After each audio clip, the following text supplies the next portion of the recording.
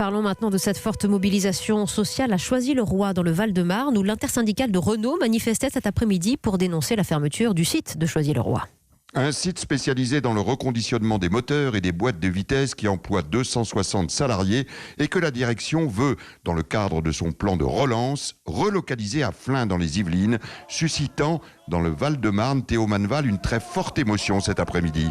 Oui, avec des slogans, non à la fermeture, on ne déménagera pas, référence au projet de la direction de transférer l'activité ici vers l'usine de Flins dans les Yvelines. Flins, faudrait 2 heures en voiture, 70 km le matin, 70 km le soir. C'est irréaliste. Kamel est employé ici à Choisy depuis 1988. C'est un site familial, mon fils travaille, le grand-père à mon fils a travaillé là.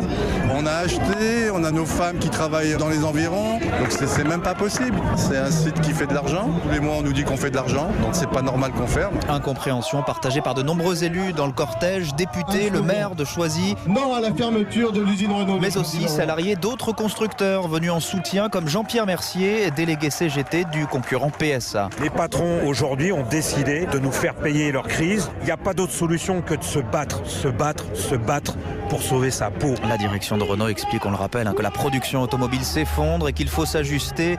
Plus largement ici, ce sont des habitants de toute la ville, de tout le Val-de-Marne qui ont fait le déplacement cet après-midi, comme Julien avec ses 2 enfants. C'est un département industriel, mais comme partout, il subit des choix financiers qui désindustrialisent. Car en plus de Renault, aux alentours, Sanofi ou Castorama menacent aussi de supprimer des postes. Donc effectivement, moi j'ai 2 enfants et on a des emplois et on craint pour l'avenir. Et cette journée, en tout cas, n'est pas une fin, mais un début, promettent les syndicats. Une nouvelle journée de manifestation est prévue le 16 juin prochain. Merci Théo Manval.